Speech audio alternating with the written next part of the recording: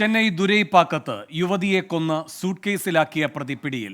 കൊല്ലപ്പെട്ട ദീപയുടെ സുഹൃത്ത് മണികണ്ഠനാണ് പിടിയിലായത്. ചുറ്റിക കൊണ്ടടിച്ച് കൊലപ്പെടുത്തി മൃതദേഹം കഷണങ്ങളാക്കി സൂട്ട്കേസിലാക്കിയെന്ന് പ്രതി പറഞ്ഞു.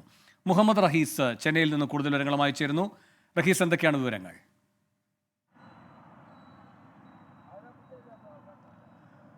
വേണു, ഇന്ന് രാവിലെയാണ് ദുരൈപ്പക്കത്ത് ഒരു സൂട്ട് കേസിലായി ദീപയുടെ മൃതദേഹം കാണപ്പെടുന്നത്. ഇതൊരു IT ഹബ്ബാണ്. ഇവിടെ രാവിലെ ജോലിക്കെത്തിയ തൊഴിലാളികളാണ്. സമീപത്ത് ഒരു സൂട്ട് കേസ് കാണുന്നു. ഇതിൽ നിന്നും രക്തമൊലിക്കുകയും ഒപ്പം തന്നെ ദുർഗന്ധം വരികയും ചെയ്യുന്നത് കണ്ട് പോലീസിനെ വിവരം അറിയിക്കുന്നത്.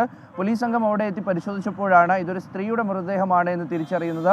പിന്നീട് ഇത് ദീപയുടെ മൃതദേഹമാണ് എന്നും മറ്റും തിരിച്ചറിയുന്നു. അപ്പോഴും പോലീസ് അവിടെ പരിശോധിച്ചുകൊണ്ടിരുന്നത് ഈ മൃതദേഹം കൊണ്ടിട്ട ആളുടെ CCTV ദൃശ്യങ്ങളും മറ്റും ലഭ്യമാകുമോ എന്നായിരുന്നു. കാരണം ഇത് ഇന്ന് രാവിലെയാണ് ഈ മൃതദേഹം കൊണ്ടിട്ടത് എന്ന് ക്രൈം സീനിൽ നിന്ന് തന്നെ പോലീസിന് വ്യക്തമായിരുന്നു. ഈ ബാഗിൽ നിന്ന് ചോര ഒലിക്കുന്നുണ്ടായിരുന്നു. അങ്ങനെ നടത്തിയ പരിശോധനയിലാണ് പെട്ടെന്ന് തന്നെ പ്രതിയെ പിടികൂടാൻ കഴിഞ്ഞിരിക്കുന്നത്. ദീപയുടെ സുഹൃത്ത് 25-കാരനായ മണികണ്ഠനെയാണ് പോലീസ് ഇപ്പോൾ കസ്റ്റഡിയിലെടുത്തിരിക്കുന്നത്.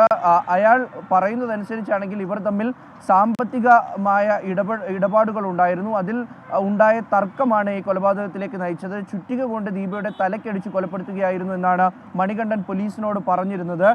ദീപ തൻ്റെ കയ്യിൽ നിന്നും പണം വാങ്ങി, ഒപ്പം തന്നെ തൻ്റെ സുഹൃത്തുക്കളുടെ കയ്യിൽ നിന്നുമൊക്കെ പണം വാങ്ങിയതായി പോലീസിനോട് ഇയാൾ പറഞ്ഞിട്ടുണ്ട്. ശേഷം ദീപയെ കഷ്ണങ്ങളാക്കി മുറിച്ച് ഈ സൂട്ട് കേസിൽ കൊണ്ടുവരികയായിരുന്നു. പ്രതിക്ക് സത്യത്തിൽ എവിടെ ഈ മൃതദേഹം കളയണം എന്നുള്ള കാര്യം, അല്ലെങ്കിൽ താൻ പിടിക്കപ്പെടാതിരിക്കാൻ എന്ത് ചെയ്യണം എന്നുള്ളതിൽ കൃത്യമായ ഒരു ധാരണയില്ലായിരുന്നു. അതിനെ തുടർന്നാണ് ഈ റോഡ് സൈഡിൽ ഈ മൃതദേഹം ഉപേക്ഷിച്ചിട്ട് ഇയാൾ കടന്നു കളഞ്ഞത്.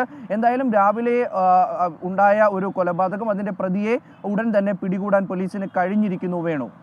ശരി, മുഹമ്മദ് റഹീസാണ് ചെന്നൈയിൽ നിന്ന് വിവരങ്ങളുമായി ചേർന്നത്.